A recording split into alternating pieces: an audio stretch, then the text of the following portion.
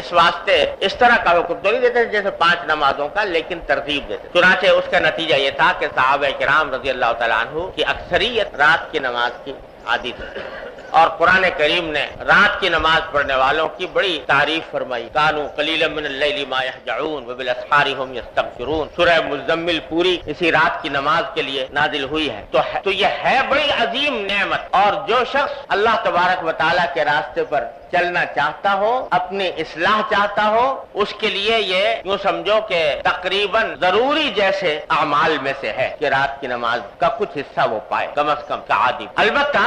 حضرت والا نے جو یہاں پر بات ارشاد فرمائی ہے وہ ہم جیسے کمزور لوگوں کے لیے اس نعمت سے فائدہ اٹھانے کا آسان طریقہ حضرت نے بتایا۔ نماز تہجد کی اصل وقت تو ہے آخر شب، آخری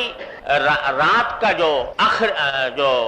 جو آخری حصہ ہے وہ افضل وقت ہے تہجد۔ بلکہ فقہاء کرام نے یہ فرمایا ہے کہ اگر رات کو 3 حصوں میں تقسیم کیا جائے تو دوسرا تہائی حصہ یہ افضل ترین وقت ہے کہ آدمی اس وقت میں تہجد پڑھے، پھر چاہے بعد میں سو جائے اور پھر فجر کے لیے اٹھے۔ اور اگر رات کو 2 حصوں میں تقسیم کیا جائے تو آخری حصہ جو ہے وہ زیادہ افضل ہے تہجد کے لیے۔ تو اصل بات یہ ہے کہ آدمی کو چاہیے کہ اس کا اہتمام کرے کہ اللہ تبارک و تعالیٰ توفیق دے تو آخر شب میں بیدار ہو کر تہجد کی نماز ادا کرے۔ لیکن ایک حدیث ہے جو معجم طبرانی میں مروی ہے، اس میں رسول کریم صلی اللہ علیہ وسلم نے ارشاد فرمایا کہ لا بد من صلاۃ بلیل ولو حلب شاہ، کہ رات کے وقت میں کچھ نماز پڑھنا ضروری ہے۔ ضروری ہونے کا معنی یہ کہ اللہ تبارک و تعالیٰ کی رحمتوں کو متوجہ کرنے کے لیے اور اپنی اصلاح کی خاطر آدمی کو ضروری ناگزیر ہے کہ وہ رات کے اندر کچھ نماز پڑھے۔ اور فرمایا ولو حلب شاۃ، چاہے وہ اتنی ہی دیر کیوں نہ ہو جتنی دیر میں ایک بکری کا دودھ دویا جاتا ہے۔ بکری کا دودھ اگر دوئیں تو بہت زیادہ وقت نہیں لگتا اور جلدی دوہا جاتا ہے، کیونکہ دودھ کم ہوتا ہے بکری کا گائے اور بھینس کے مقابلے۔ تو مطلب کہ جتنی دیر میں بکری کا دودھ دویا جاتا ہے اتنا ہی کیوں نہ ہو، لیکن نماز رات کی نماز فرمایا لا بد من صلاۃ بلیل، ضرور ہونی چاہیے اور کسی مومن کو وہ چھوڑنی نہ چاہیے۔ پھر آگے فرمایا، یہ حدیث ہی کا حصہ ہے کہ وما کان بعد صلاۃ العشاء فهو من اللیل، کہ نماز عشاء کے بعد جو بھی نماز پڑھی جائے وہ صلاۃ اللیل میں داخل ہے، تہجد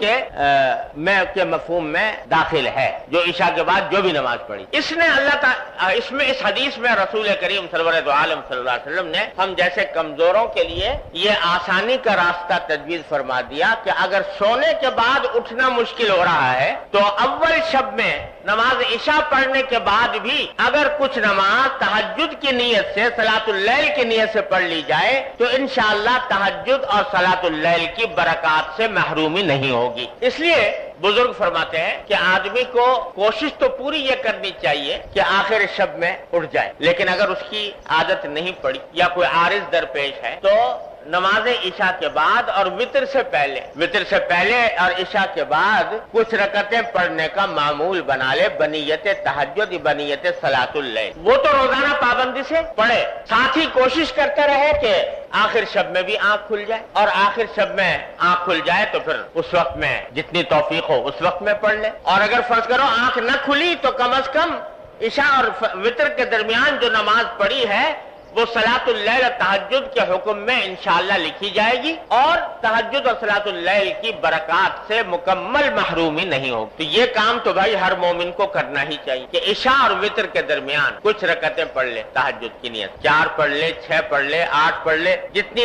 توفیق ہو اتنی پڑھ لے، اور پھر کوشش ساتھ میں یہ بھی رہے۔ لیکن اس کا مطلب یہ نہیں ہے کہ اس پر اکتفا کر کے بیٹھ جائے، بلکہ اپنی یہ کوشش جاری رکھے کہ آخر شب میں بھی میں اٹھوں، اور جب اٹھ جائے تو اس وقت کی نماز بھی ادا کرے۔ اور جیسا میں نے عرض کیا کہ یوں تو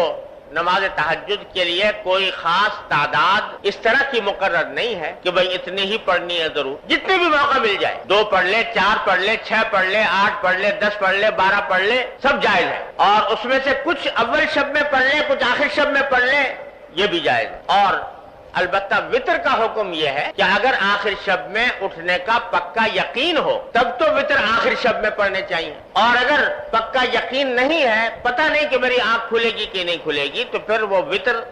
اول رات ہی میں پڑھ لینے چاہیے۔ پھر اگر فرض کرو آنکھ کھل گئی تو دوبارہ وتر دہرانے کی ضرورت نہیں، صرف تہجد کی نماز پڑھ لے یہ بھی کافی، لیکن اس طرح عادت ڈالنے کی ضرورت۔ اور یہ جو میں نے عرض کیا کہ آخر شب میں اٹھنے کی کوشش کرے، اس کے لیے حضرت والا نے ایک اور، ہمارے حضرت والا حضرت قبول قدس اللہ تعالیٰ سرہ کا عجیب یہ مزاج تھا کہ کمزور سے کمزور اور بے ہمت سے بے ہمت آدمی کے لیے بھی کچھ نہ کچھ نسخہ تجویز فرما دیتے کہ کوئی یہی نہیں کہ با ہمت بڑا طاقتور اور مضبوط آدمی ہو تو وہی عمل کر سکتا ہے، نہیں، جو کمزور ہیں بے ہمت ہیں ان کے واسطے بھی کوئی نہ کوئی آسان نسخہ ایسا تجویز فرما دیتے تھے کہ عمل کر لیں تو انشاءاللہ اس کا کچھ نہ کچھ نفع ان کو ہو۔ تو حضرت نے فرمایا جن لوگوں کی کو آخر شب میں اٹھنے کی عادت نہیں ہے تو وہ ایک کام کر لیں، فرما دیتے کہ اکثر ایسا ہوتا ہے کہ رات کو سوتے سوتے کسی نہ کسی وقت آدمی کی آنکھ کھل جاتی ہے، کبھی قضاء حاجت کے لیے پیشاب وغیرہ کی ضرورت پیش آ گئی، کبھی ویسے ہی آنکھ کھل گئی تھوڑی دیر کے لیے، فرماتے تھے کہ اس جب کہ آنکھ کھل گئی تو اس وقت تھوڑی دیر کے لیے بستر پر بیٹھ جاؤ۔ کیا تو میں نہیں کہتا کہ جاؤ جا کے وضو کرو اور نماز پڑھو، لیکن ابتدا میں جب آنکھ کھلی تو تھوڑی دیر کے لیے بستر پر بیٹھ جاؤ اور بیٹھ کر یہ سوچو کہ یہ وہ وقت ہے جس کے بارے میں حدیث میں آیا ہے کہ اللہ تعالیٰ کی طرف سے پیغام آ رہا ہے، اعلان عام ہو رہا ہے کہ ہے کوئی مغفرت مانگنے والا جس کی میں مغفرت کروں۔ تو یہ تصور کر کے تھوڑی دیر کے لیے دعا کر لو بیٹھ کے، ایک تو اپنی مغفرت کی دعا کر لو اور دوسرے اس بات کی دعا کر لو کہ یا اللہ مجھے تہجد میں آخر شب میں اٹھنے کی توفیق نہیں ہو رہی، اپنے فضل و کرم سے مجھے یہ توفیق عطا فرما دیجئے۔ فرمایا یہ دعا کرو، پڑھ کے سو جاؤ۔ حضرت فرماتے ہیں اگر اتنا ہی کر لو تو جو آدمی یہ کام کر لے گا پابندی سے تو انشاءاللہ اللہ تعالیٰ کی طرف سے اس کو توفیق ہوگی اور ضرور ہوگی انشاءاللہ، اگر پابندی سے یہ کام کرے۔ تو ہمارے حضرت والا حضرت قبول قدس اللہ تعالیٰ سرہ فرماتے تھے کہ حقیقت کا مزاج یہ تھا کہ وہ لوگوں کو لانے کے لیے آسان سے آسان تجویز بتاتے تھے، جیسے دانہ ڈالا جاتا ہے نا جانور کو، تو اس طریقے سے دانہ ڈالتے تھے۔ اور تجربہ یہ ہے کہ جو شخص یہ کام کر لے گا پابندی سے، جب بھی آنکھ کھلے بیٹھ جائے چند لمحے کے لیے اور دعا مانگ لے اللہ تعالیٰ سے، انشاءاللہ وہ تہجد کی برکات سے محروم نہیں رہے۔